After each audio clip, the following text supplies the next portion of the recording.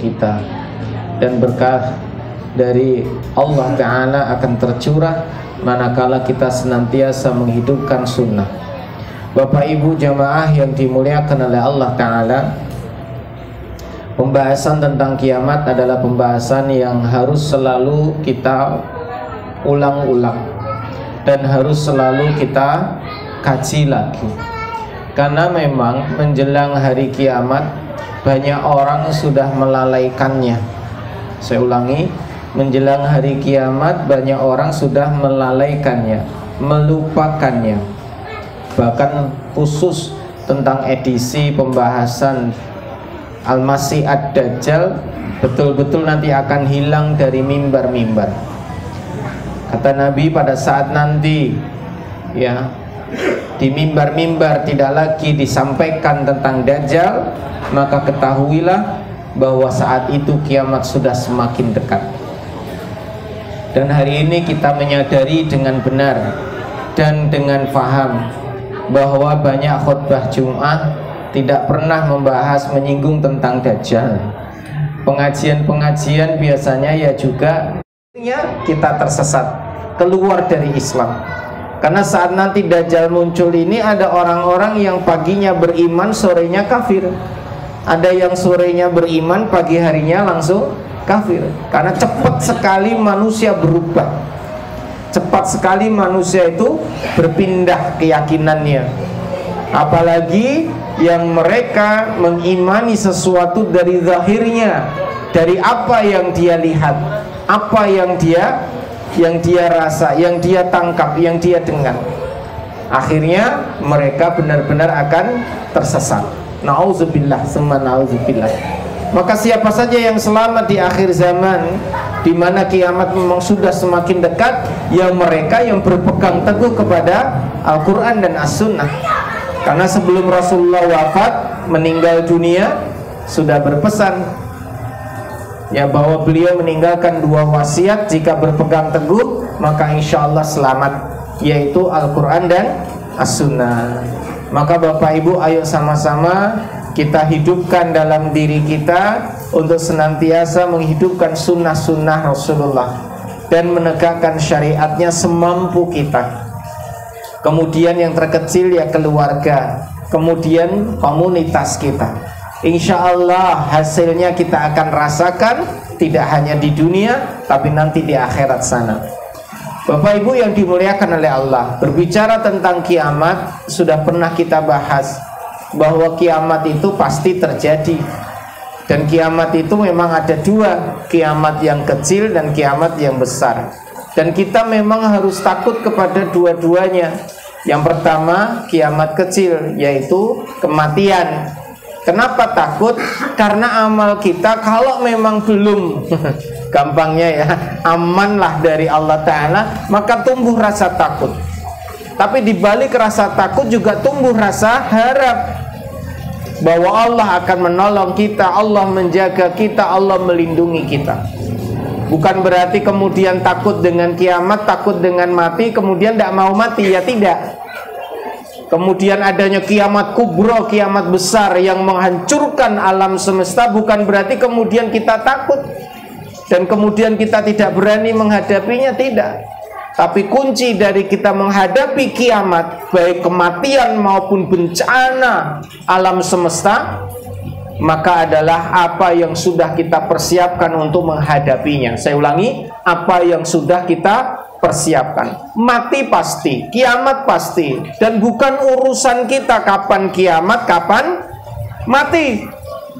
Yang kita persiapkan adalah bagaimana saat kita nanti berjumpa dengan kematian, bagaimana saat kita nanti berjumpa dengan kiamat tersebut.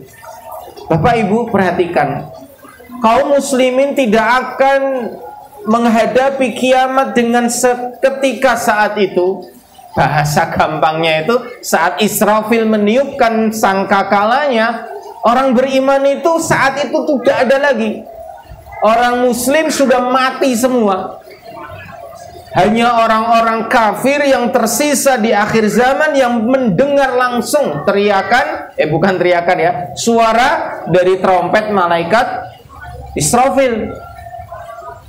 Meskipun demikian, Bapak Ibu jamaah yang dimuliakan oleh Allah, semua makhluk-makhluknya Allah semuanya terkejut dengan suara ini. Bahkan mereka betul-betul terkejut sekejut-kejutnya. Saking terkejutnya, dahsyatnya suara itu menggelegar sampai membingungkan semua malaikat yang ada di langit dan di bumi. Bahkan wanita yang sedang hamil langsung keluar janinnya. Dan bayi yang langsung keluar itu langsung beruban rambutnya. Saking ngerinya sangkakala malaikat Israfil. Dan tiupan pertama ini menghancurkan seluruh alam semesta dan berlangsung sangat lama. Benar-benar menyesakkan. Konon ulama menafsirkan suaranya sangkakala ini tidak bernada. Ya satu suara saja nadanya. Karena kalau ada nadanya ya berarti berirama, enak dirasakan.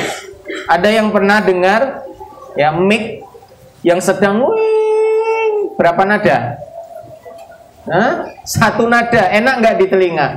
Nggak enak. Orang lagi sholat ya mic-nya wing, wah rasanya nggak karu-karuan. Terus nggak enak banget. Nah kata para ulama yang menafsirkan suara sangkakala itu begitu. Tidak ada nadanya, sekali satu suara, satu nada. Dan itu memekakkan telinga yang mendengarnya. Dan didengar oleh seluruh makhluknya Allah, kecuali yang diselamatkan atau yang dijaga, yang tidak kena dampak dari kiamat. Jadi semua bangsa malaikat, alam malaikat mendengar semua, alam jin mendengar semua, alam manusia mendengar semua, alam hewani, binatang mendengar semua. Nah, jamaah yang dimuliakan oleh Allah, suara sangkakala ini benar-benar memekakkan telinga semua yang hidup. Nah, setelah sangkakala ini ditiup oleh malaikat Israfil, mereka yang tadinya mati bangkit lagi. Jadi kita semua yang sudah mati akan bangkit lagi. Kemana bangkitnya? Kemana? Kemana? Kemana? Salah. Bangkit kemana? Ya ke dunia lagi. Karena pada saat ditiup sangkakala itu yang mereka dikubur bangkit dari kuburnya masing-masing. Untuk apa? Untuk menyaksikan peristiwa kiamat itu terjadi dan kehancuran itu terjadi. Dan manusia yang dibangkitkan pertama dari kubur adalah Rasulullah Muhammad SAW. Setelah Rasulullah dibangkitkan, manusia pertama yang dibangkitkan dari kubur dan menyaksikan peristiwa kiamat itu disusul oleh para nabi dan rasul, disusul orang-orang yang saleh, dan seterusnya dan seterusnya. Dan mereka keluar dari kubur seperti anai-anai. Anai-anai itu kalau orang Jawa ya laron. Bapak Ibu pernah memperhatikan laron? Biasanya laron itu kan keluar di saat-saat ya mau hujan, dalam kondisi yang sedang lembab. Ya, pas kayaknya mau hujan ini.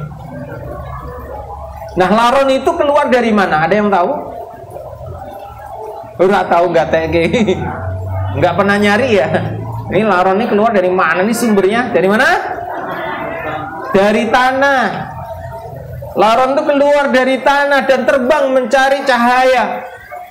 Nah, besok manusia akan keluar dari tanah seperti laron, seperti aneh-aneh. Dan mereka terlempar. Dan terlemparnya ini seakan-akan mereka terbang, padahal terombang-ambing, terlempar karena kehancuran yang dahsyat dari bumi dan seisinya, langit dan seisinya.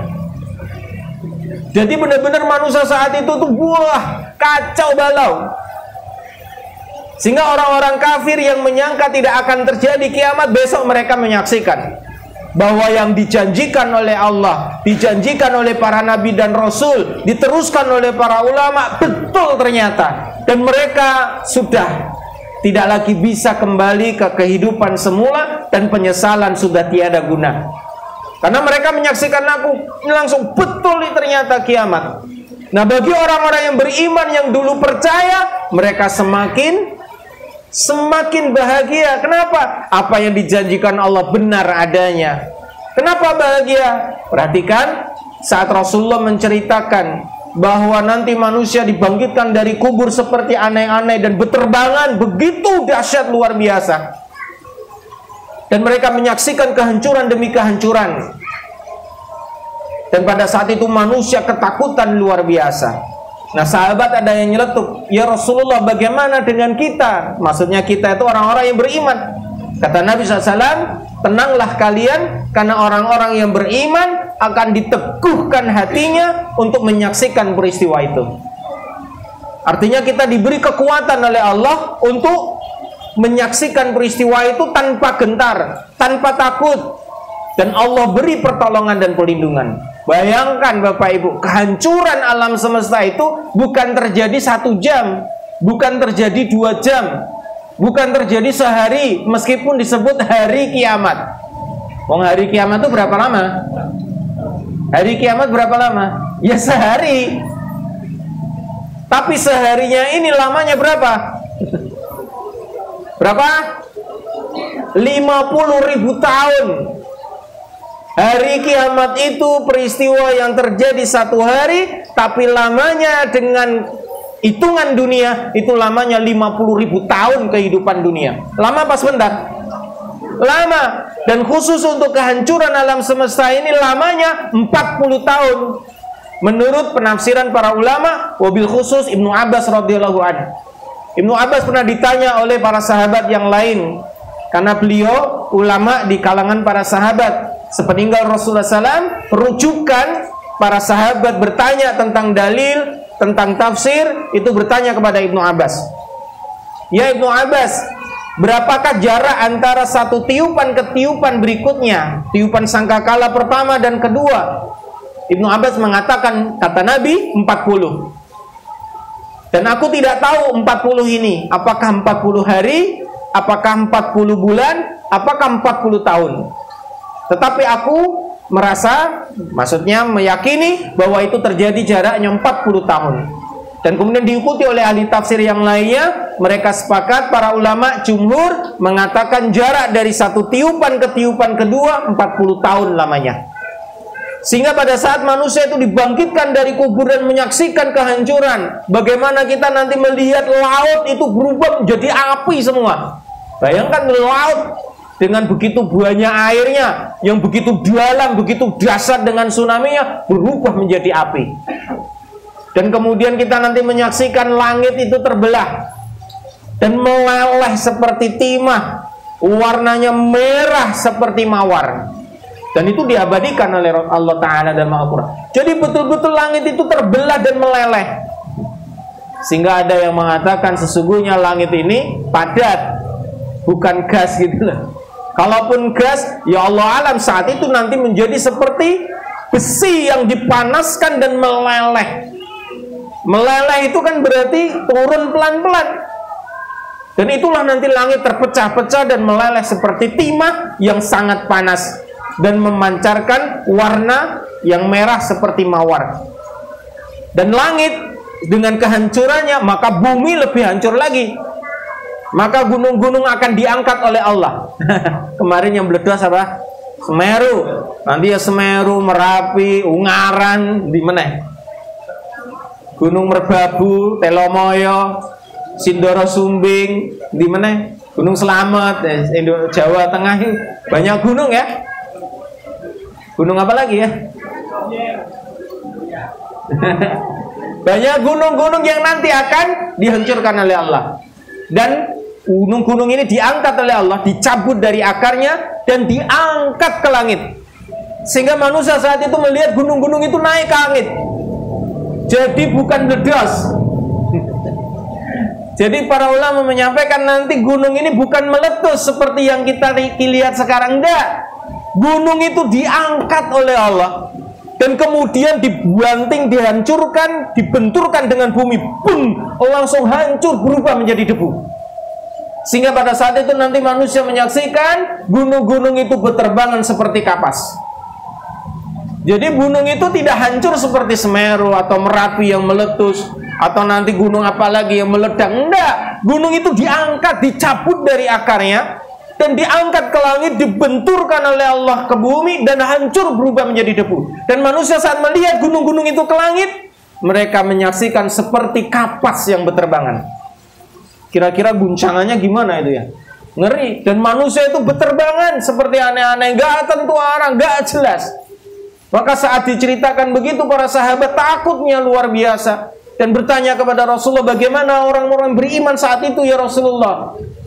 Maka Rasulullah menguatkan bahwa nanti Allah akan memberikan pertolongan, diteguhkan hatinya untuk menghadapi peristiwa itu. Moga-moga kita termasuk orang-orang yang ditolong. Amin, Allahumma amin. Maka Bapak Ibu, bagi mereka yang beriman kepada Allah dan Rasulnya, yang menghidupkan sunnahnya, menjalankan syariatnya, insya Allah mendapatkan pertolongan, tidak hanya di dunia, tapi nanti insya Allah sampai di akhirat sana. Dan moga-moga kita semua, bapak ibu kita, nenek moyang kita, leluhur kita, anak-anak keturunan kita, nantinya semuanya diberikan pertolongan dan perlindungan oleh Allah Ta'ala. Ini kedahsyatan kiamat. Dan bapak ibu, mereka yang sudah dibangkitkan ini tidak ada yang mati. Selama 40 tahun menyaksikan kehancuran itu, dengan kengerian itu, tidak mati-mati. Tabrakan satu sama lain tidak mati. Terbanting sana sini tidak mati. Mungkin tabrakan dengan batu yang tidak mati. Nyungsep ke lembah yang tidak mati. Jatuh dari ketinggian, tidak ada yang mati. Karena saat itu memang Allah desain seluruh manusia menyaksikan apa yang telah dijanjikan oleh Allah di semua kitab suci, bahwa kiamat itu telah disebutkan bahwa itu akan benar-benar terjadi. Memang kiamat pasti terjadi, dan para nabi sudah menyampaikan, itu termasuk keimanan. Lawang tentang Dajjal saja, Nabi Adam hingga nabi-nabi berikutnya menyampaikan kepada umatnya. Padahal jelas-jelas Dajjal tidak datang di masa nabi-nabi sebelum Rasulullah. Tapi kata Nabi, mereka menyampaikan kepada umatnya, saking ngerinya fitnah Dajjal. Lawang Dajjal saja penuh dengan kengerian fitnahnya, apalagi peristiwa dahsyat kiamat ini, wah lebih ngeri lagi. Maka Bapak Ibu yang dimuliakan oleh Allah, manusia-manusia yang sudah dibangkitkan itu nggak akan mati. Mereka menyaksikan dan merasakan. Bagi orang beriman insya Allah aman.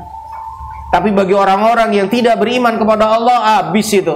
Mereka merasakan kesakitan yang luar biasa, siksaan-siksaan yang luar biasa, dan itu berlangsung terus sampai ditiup sangkakala yang kedua.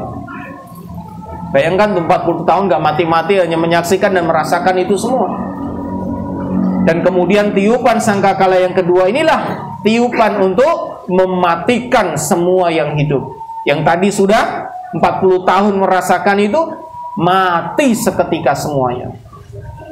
Dan mati semua. Sampai para malaikat pun juga dimatikan oleh Allah Ta'ala. Binatang mati semua, jin mati semua, manusia mati semua. Jadi setelah ditiup sangkakala kedua adalah tiupan untuk mencabut nyawa seluruh makhluknya Allah Ta'ala. Malaikat mati, jin mati, binatang mati, manusia mati. Kecuali yang dikehendaki oleh Allah Ta'ala yang tidak akan mati. Semua malaikat mati, termasuk Jibril alaihissalam pun mati.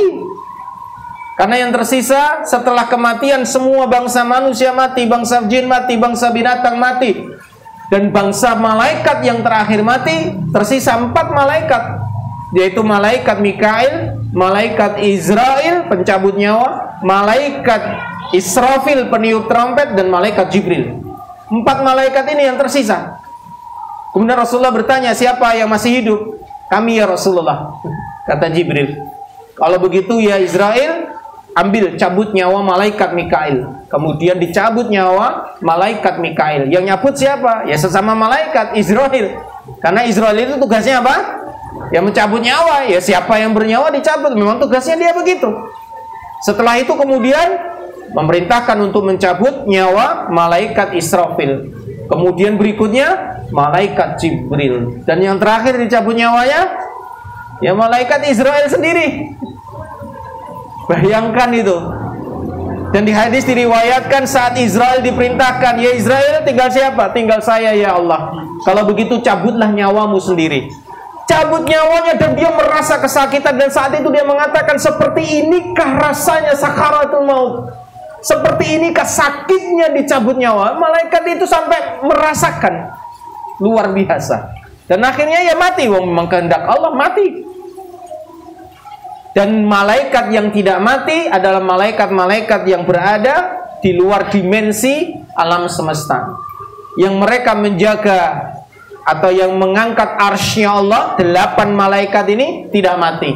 Malaikat terbesar di antara seluruh malaikat adalah malaikat yang mengangkat arsy-Nya Allah. Sayapnya satu sebelah kanan itu ada 24.400 sayap. Sebelah kanan, sebelah kiri 2.400. 8 malaikat yang mengangkat arsy Allah tidak terkena peristiwa kiamat. Ini jumhur ulama yang menyebutkan. Dan para malaikat yang bertugas di dalam surga dan malaikat yang bertugas di dalam neraka, mereka tidak ada yang mati. Karena neraka dan surga yang sudah diciptakan oleh Allah Ta'ala tidak terkena yang namanya kiamat. Ya gimana rasanya jika surga terjadi kiamat, goncang juga. Wah, bidadarinya stres itu. Padahal di surga itu tidak ada yang namanya susah, nggak ada sakit, nggak ada cemas, nggak ada bingung, nggak ada lelah, nggak ada letih, nggak ada kecewa, nggak ada was-was, nggak ada bingung, nggak ada sing negatif, nggak ada semua di surga. Adanya cuman tenang, jiwa yang damai, suasana yang penuh dengan cinta, kasih dan sayang, penuh dengan kesantunan.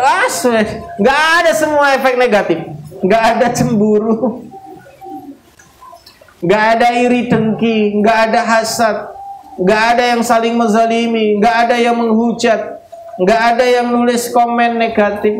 Datang beda sama Facebook lah.